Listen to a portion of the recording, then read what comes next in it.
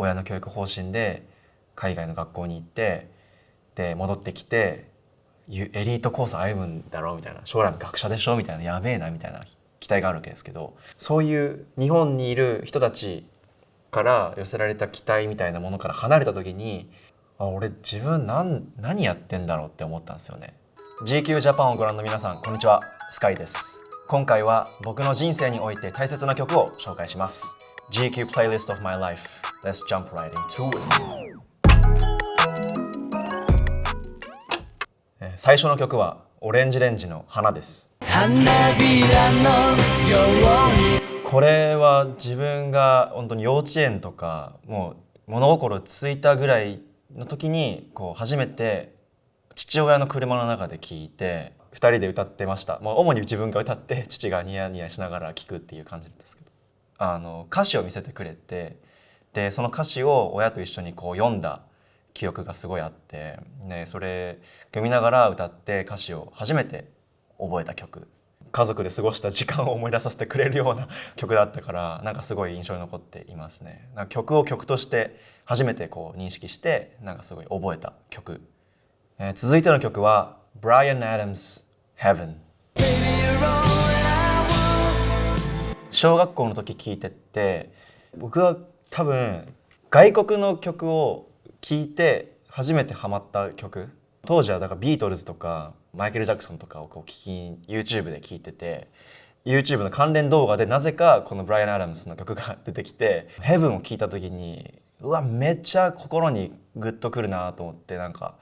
俺こういう歌手になるんだったらこういう声出したいと最初思ったんですよね。最初の「おー」っていうその「おー」が出せなくて、ずっとちっちゃい時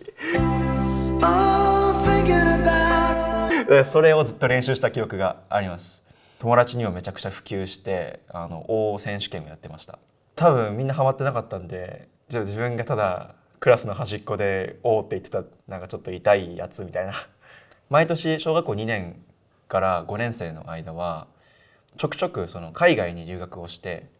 でその土産話をこう持ってきてたんですよね。だからなんかみんなはこう海外によく行く優秀なパッツンみたいな、なんかそういう印象だったかもしれないです。親の教育方針です。親も日本の人じゃなくって、その向こうに親戚がいたりとかしてたんで、ちょうどそういう住む場所があるっていうので、じゃあ行かせてみようって言って一人で行かせられてっていう教育方針でした。クラスで先生がこの40人の中でなんか一番東大に行きそうなやつ誰だろうなみたいな時に、みんなこいつみたいな言われてました続いての曲はのみこでバッドアップル。自分は中学校はアメリカの中学校に進学したんですけど、3年弱ぐらいですかね過ごして、当時英語は全然喋れなくて、アメリカと日本って全く違うし、アメリカで生活するっていうことになれないし、なんかアジアの国から来た英語喋れないやつが来たみたいな。で僕も英語喋れないから友達にもなれずに、結構やっぱ厳しいんですよね、向こうのね中学生って。だから自分もクラスに馴染めずに、学校もなんか行かないといけないから行くみたいな。で帰ってきたらもうネットにどっぷり浸かるっていう生活を1年ぐらい送ってて、でその時にハマってたのがボカロとかニコニコ動画とか、特に見てたのが踊ってみたの動画だったんですよ。その時に定番とされてた曲がこのバッドアップルだったんですよね。自分としてはその当時アメリカの記憶が蘇る、悩みとか苦しみとか、なんかそういうものをこう思い出させてくれる。本当はこう思い出したくはないですけどなんかこう今ではこうノスタルジーに浸れるっていうか、なんかいい思い出だったなと思うし、なんか撮ったこともあると思うんですよね。なんか自分が踊ってるのを一回歌ってみたはニコ動に載せたことあるんですけど、踊ってみたは多分一つだけあると思います。まだあると思います。ディガーの人はみんなぜひディグしてみてくださいなんかこういう振り付けありました続いての曲は J Park でモンメ featuring Ugly Duck。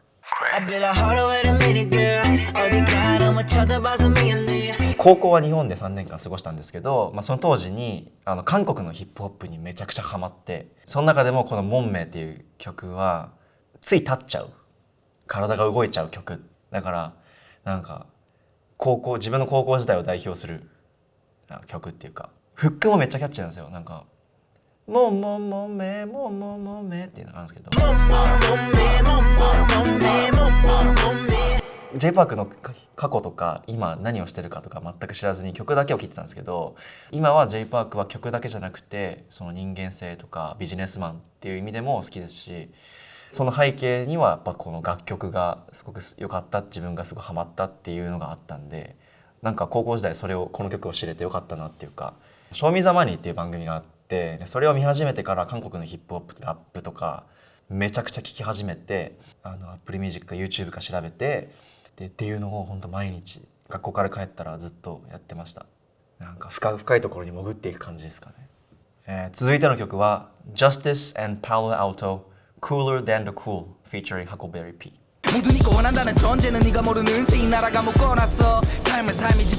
この曲は大学の頃もう序盤ぐらいにすごい聴いてって、高校ぐらいまでは結構乗れる曲踊れる曲っていうのをメインに聴いてたんですけど、大学とかに入ってくるともっとリリックを見ようっていう風になったんですよね。でそう思わせてくれた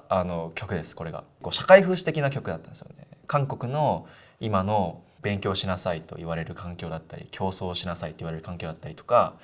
なんかそういったものを批判的にディスというまではいかないですけど、批判をしている、なんかそういったのを聞いた時にこれがもしかしたらヒップホップなんじゃないかっていう気がして、当時はお母さんの手に引っ張られて無理やり子供は塾へ行くんだけど、その反対側の手には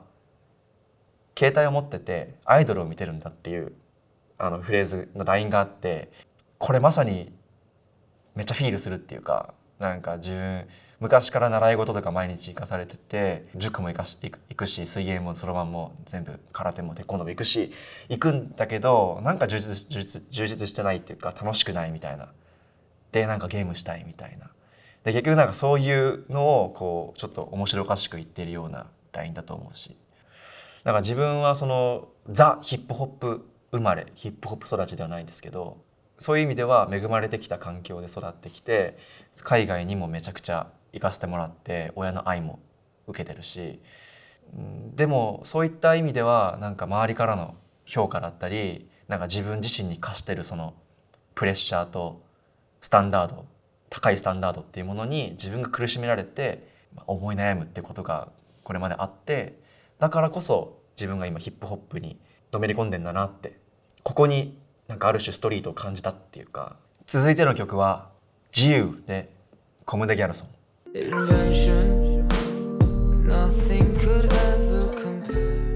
結構ヒップホップを大学時代メインに聴いてたんですけど、ヒップホップじゃないのも聴こうと、なんかいろんなジャンルを聴こうと思ってた時に出会った曲で、自由のこの曲っていうのはめちゃくちゃ静かに入るんですよね。この曲ってブーンブンブンブンブンブンブンブンブンってで、結構微妙なタイミングからボーカルが入るんですけど No, I couldn't stop it, No, I couldn't wait for you って入るんですけど、そこで入るドラムがなんていうかエロいんですよ。 I couldn't do do カバンっていう感じでドラムが入るんですよ。 No, I couldn't stop it, I couldn't wait for you なんかそこで自分は音楽大好きだってなりましたね。ドラムの入りに感動できる人間でよかったと思いました。結構ドラム的な僕ラップをするんですよ。多分自分のラップって多分好きなんだと思うんです。ドラムが一番自分の音楽活動の根底にある概念かなっていう気はしてます。続いての曲は Tyler the Creator で November です。 Take me back to November. Take me back to November. 大学学部時代にその友達に親友のジョンってやつがいるんですけど、タイラーやべえから聴けよって言われてフラワーボーイ聴かされたんですよ、アルバムを。なんかクリックしなくって、なんかごちゃごちゃしてる音楽だなって思ってたんですけど、で、音楽ちょっとやってみるかぐらいの時に改めてフラワーボーイを聴いたんですね。したらなんだこれはって衝撃があったんですよ。こんなことが一曲でできんのっていうか、自分のアイデンティティとなる音をいろんな音とミックスして、なんか自分こんな景色見せられるのっていう。その中でも一番好きだったのがノベンバー。ヒップホップってボースティングの文化があると思うんですけど、結構俺はフレックスみたいな、なんかタイラー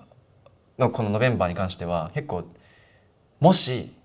自分が失敗したらどうしようとか、自分としてはそれが逆に新鮮で、ノベンバー何かっていうと、タイラーの定義で言うと最高で素晴らしい時期っていうふうに、そのノベンバーを表してると思うんですけど、一番最後に My November is right now って言うんですよ。でずっと弱気だったのに今が最高だみたいなことをこうポソッと言うんですけど、ノベンバーっていう表現の仕方、ただ11月ではなくて、なんかそういう最高な時期っていう意味でノベンバーを使うっていう発想、なんかそこに自分はめちゃくちゃ食らったっていうか、これこそがアーティストでありクリエイターそのものだなって思いました。 My November is right now. 自分としては今やっと人生を送ってる気がします。小さい頃から親の教育方針で海外の学校に行って、で戻ってきてエリートコース歩むんだろうみたいな、将来の学者でしょみたいな、やべえなみたいな期待があるわけですけど、ドイツに自分が留学行った時にめちゃくちゃダウンに入るっていうか、なんかそういう日本にいる人たち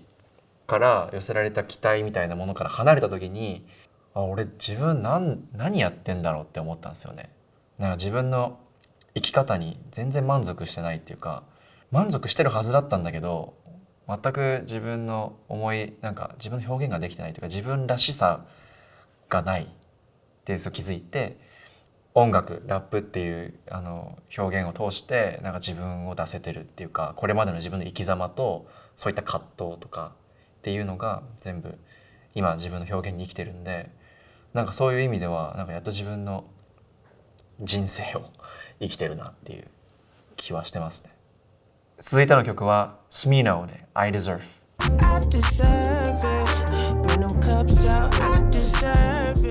ラップスター誕生っていう番組に出始めたぐらいかな。ラップをやっていこうというか音楽を作っていこうっていうのを決めてて、これは天才的な曲だと思ってます。僕はビートとボーカルの絡み方が絶対交わらない歯車が混じった感じがする入りなんですよね。本当に自分がラップをしてて、この発声とこのリズムとこのフローは真似できるかなみたいななんかすごいクリエイティビティ感じたので、ラップスター誕生をするまではラップは作ってたけど遊びだったんですよ。でもラップスター誕生を経て、その自分のラップをいろんな人に聞いてもらって、もっと作りたいって思うようになったので、完全にその番組のおかげというか、当時は全然そういうラップ活動もしてないから、なんか自分にスポットライトが当たる感覚が初めてっていうか、しかも音楽家としてっていうのが初めてだったから、すごい新鮮で楽しかったですし、もっといろんなことをやりたいっていうか、音楽でいろんなことやりたいってすごい思いましたね。当時はずっと毎週。以上が僕の人生のプレイリストになります。皆さんいかがだったでしょうか。音楽、音ってその当時の記憶とかと結びつけられてるじゃないですか。だから音楽聴くといい思い出も嫌な思い出も思い出すっていうか、このプレイリストを聴くだけで僕の人生が疑似体験できます。皆さんもぜひ聴いてみてください。GQ Playlist of My Life、スカイでした。また皆さんどっかでお会いしましょう。See ya!